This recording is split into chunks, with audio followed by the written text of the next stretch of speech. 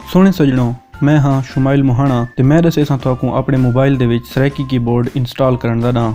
अपने मोबाइल ते play store खुले सो, सर्च बार विच जीबोर्ड सर्च करे सो, इंस्टॉल दे ऑप्शन ते क्लिक करे सो, जीबोर्ड इंस्टॉल थीवण दे बाद ओपन ते क्लिक करे सो,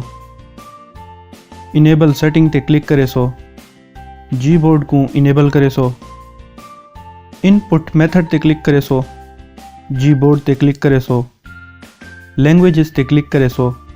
ऐड कीबोर्ड ते क्लिक करे सो, सर्च बार विच सरैकी सर्च करे सो, दूजे ऑप्शन सरैकी उर्दू अरेबिक ते क्लिक करे सो,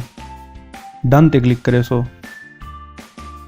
सरैकी च लिखण सांघे स्पेस बार दे खब्बे पासों दुनिया दे ऑप्शन ते क्लिक करे सो, बे लिखण सांघे बे को दबाई रखे सो, जीम लिखण सांघे जीम ते क्लिक करके सजे पासे ते करे सो, दाल लिखण सांघे दाल ते क्लिक करके सजे पासे ते करे सो,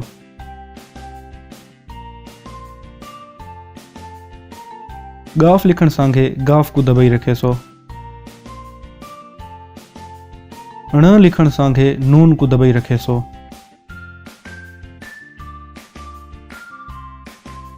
ज़ेर ज़बरियां पावण वास्ते स्पेस बार दे सजे पासे वाले नुक्ते को दबाई रखे सो तां तुहाडे सामने यके अहराब आवे सन।